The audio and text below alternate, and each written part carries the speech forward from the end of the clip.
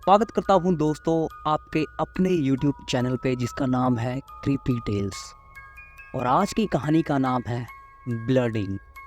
तो चलिए बिना किसी देरी के शुरू करते हैं आज की कहानी। कहानी शुरू होती है और हम देखते हैं एक फ्रेडी नाम के राइटर को जो कि अपनी एक नोवेल पे काम कर रहा था। काफ़ी टाइम से ये एक नोवेल लिख रहा है जिसको ये अभी तक पूरा नहीं कर पाया। अभी ये काम कर ही रहा था, इतने में इसे एक लेडी की आवाज़ सुनाई देती जो विस्परिंग साउंड में इसके कानों के पास आकर कहती है, Freddy listen to me, Freddy listen to me. हम उस लेडी का चेहरा साफ नहीं देख पाते, पर इतना तो हम समझ ही चुके हैं कि वो कोई आम लेडी नहीं थी। फ्रेडी भी बिना कुछ लिखे सारी रात चेयर पर बैठकर बस स्क्रीन को देख रहा था। ऐसा लग रहा था जैसे वो लिखना नहीं चाहता हो, और ऐसा करते हुए पूरी रात कब सुबह में बदल गई उसे पता ही नहीं चला।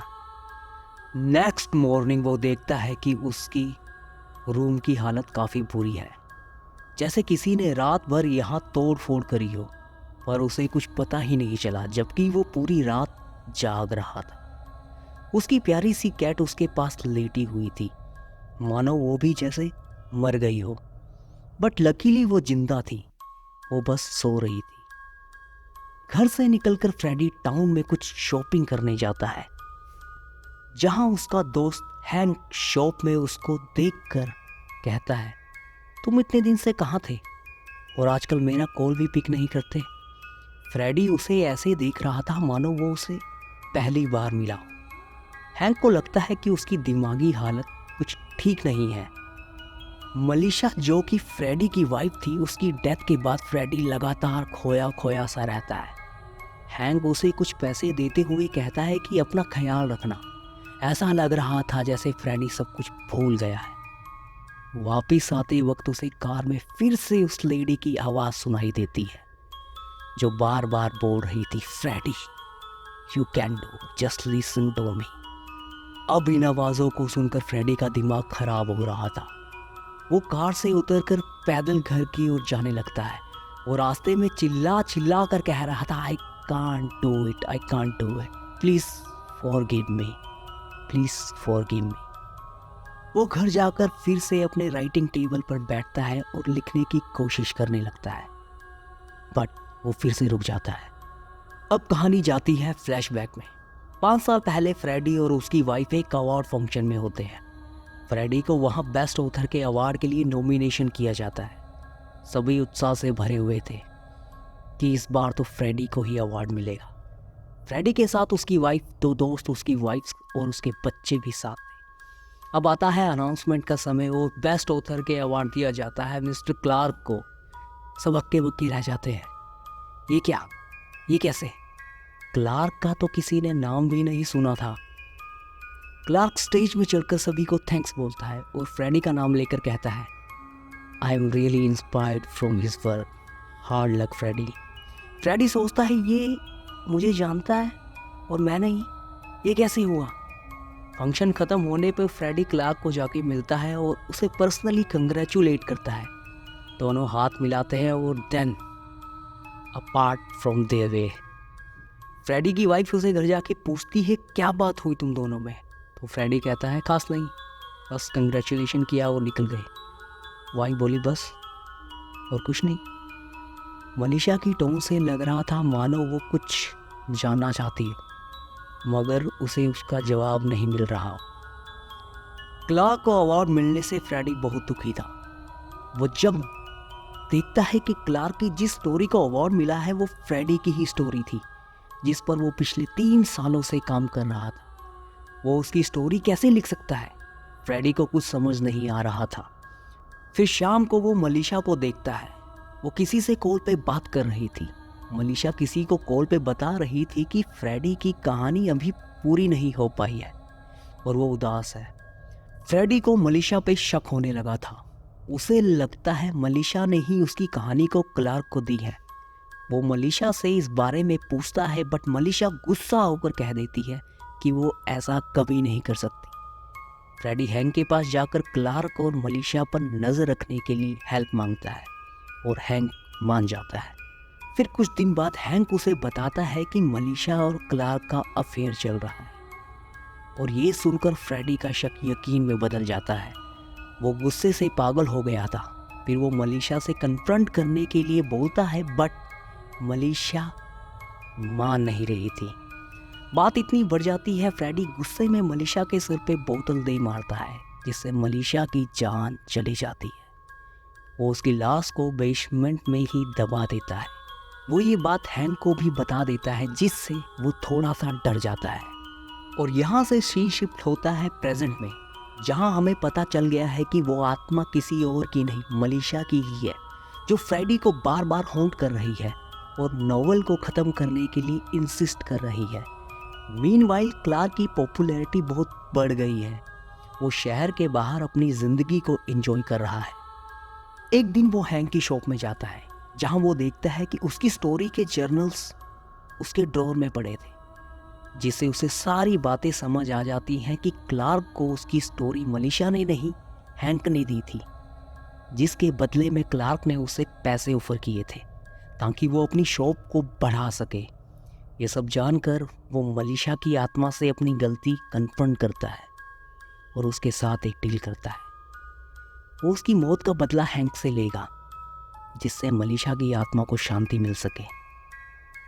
उसे पता चलता है कि मलिशा की आत्मा इस वर्ल्ड में कैद हो चुकी है, क्योंकि उसकी आखिरी इच्छा थी कि फ्रेडी अपनी नॉवेल को पूरा करे, जिस कारण वो उसे इंसिस्ट कर रही थी ताकि वो आज़ाद हो सके। बट फ्रेडी मलिशा की आत्मा से कहता है कि वो अपनी नॉवेल को पूरा ज़रूर करेगा, पर इंक से नहीं, हैंक के खून से। वो गन लेकर हैंक के पास जाता है, जहाँ हैंक और उसकी लड़ाई होती है। हैंक फ्रेडी पर भारी पड़ रहा था। वो फ्रेडी को मारने ही वाला था, पर मलिशा की आत्मा फ्रेडी के शरीर में आ जाती है और फ्रेडी हैंक को मार देता है और एक्स से चीर कर उसका दिल निकाल लेता है। कहानी के एंड सीन में हम देखते हैं फ्रेडी को, जो अपनी नॉवेल को पूरा कर रहा था with the blood of hang, जिससे मलिशा की आत्मा को शांति मिल जाती है और फ्रेडी भी नॉवेल के लास्ट वर्ड को लिखकर मर जाता है, जिससे दोनों ही आफ्टरवर्ड में मिल जाते हैं और बूम, यहाँ होती है कहानी खत्म। हमारी अगली कहानी का नाम है टॉर्चर। कहानी शुरू होती है एक टापू से, जहाँ मार्को बेहोश पड़ा था। ये आइलैंड इतना वीरान था कि जैसे सालों से यहाँ कोई इंसान ना आया हो। चारों तरफ बस टूटी हुई बोट्स का मलबा पड़ा था और पड़ी थी एक तैरती हुई व्हेल की लाश, जो कि काफ़ी बदबू मार रही थी। मार्को होश में आता है और उससे कुछ समझ में नहीं आ रहा था। उसके हाथ में दर्द हो रहा था। फिर वो देखता है उसके हाथ में एक टैटू बना था, जबकि उसे तो टैटू से नफरत थी। उस टैटू में लिखा था see you Marco meet in hell. अब ये देखकर वो मानो सुन हो गया था। उसे कुछ समझ नहीं आ रहा था कि वो इस टापू पे कैसे आ गया। उसकी लास्ट बात जो उसे याद थी वो ये कि वो अपनी गर्लफ्रेंड एंजेला के साथ एक राइड पे जा रहा था। यादें उसकी काफ़ी धुंधली होती जा रही थी। वो अपनी पॉकेट चेक करता है तो उसे उसमें उसका सेल फोन मिलता है, पर वो किस काम का जब उसमें सिग्नल ही ना हो। वो टापू के चारों तरफ देखता है, उसे कोई भी नहीं मिलता। अब वो जब पेड़ों पर देखता है तो उसे वहाँ हर जगह काफ़ी कैमरे लगे दिखते हैं, मानो कोई उस पर नज़र रख रहा हो। वो चिल्लाता है और गुस्से में कैमरे पर पत्थर दे मारता है, पर इससे कोई फ़ायदा नहीं था। नेक्स्ट सीन में हम देखते हैं उसे यहाँ रहते हुए 3 दिन हो गए थे। वो समुंदर के पानी से मछली पकड़ने की कोशिश करता है, पर वो उससे ज़्यादा तेज़ थी। भूख से उसकी हालत ख़राब हो रही थी। अब उसके पास कोई और आइडिया नहीं था सिवाय उस मरी हुई व्हेल को खाने के अलावा, जो उसे बड़ी मुश्किल से खानी पड़ी। वो उसे कच्चा ही खा रहा था। इतने में वो देखता है उसके सेल फोन पे एक मैसेज आया है और नेटवर्क भी आ रहे थे। वो एसएमएस में देखता है, उसमें उसे एक रेड कलर के रैबिट के बारे में बताया था। वो लिखा था आज़ादी का रास्ता वही है। वो जल्दी से पुलिस को कॉल करता है, पर सामने से जवाब आता है, play well and be alive.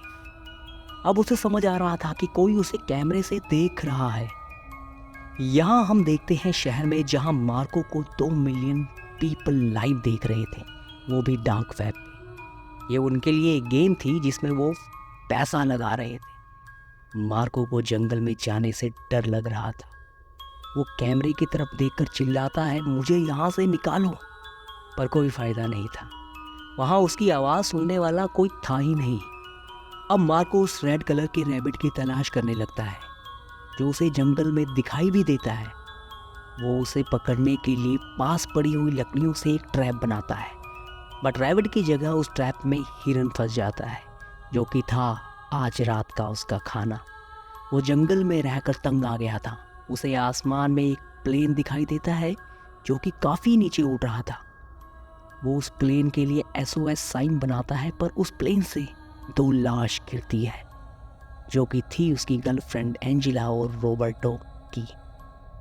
उन लाशों को देखकर उसे याद आने लगता है, और हम देखते हैं कि मार्को शहर में एक बहुत बड़ी गेम कंपनी का मालिक था, जो कि ऑनलाइन लोगों को गेम खिलाया करती थी, वो भी इल्लीगल। वो उसमें लोगों को किडनैप करके ट्रैप में फंसाकर ऑनलाइन दिखाया करते थे, जब तक कि वो मारे ना जाए। ये एक हंटिंग गेम होती थी। वो लोगों की कमियों का फ़ायदा उठाया करता था। उनसे पैसे के बदले में गेम खिलाया करता था, जो कि होती थी उनकी जान की। ऐसी ही एक गेम में मारिया भी मारी गई थी, जिसके भाई ने ही मार्को को किडनैप करके इस टापू पे रखा था। देख रहे हो, गेम जिसकी वो ही उस ट्रैप में फंस गया, और अब लोग इसकी मौत का तमाशा देख रहे हैं, वो भी लाइव। वो अपने पैरों को देखता है जो कि धीरे धीरे सड़ रहे थे, और अब वो चलने की हालत में भी नहीं था। उसे एहसास होता है कि वो लोगों के साथ कितना बुरा करता था पैसों के लिए। अब वो कैमरे के सामने में अपनी जान की भीख मांग रहा था, जो कि उसे नहीं मिलने वाली। वो अब इतना हताश हो चुका था कि वो मर जाना चाहता था। मार्को अब इस जंगल में रहकर हताश हो गया था। वो अपनी जान लेने के लिए, इस दर्द से आज़ाद होने के लिए अपने हाथ की नस काट लेता है। बट अगले दिन वो होश आने पे देखता है उसके सारे घाव पे किसी ने पट्टी कर रखी थी।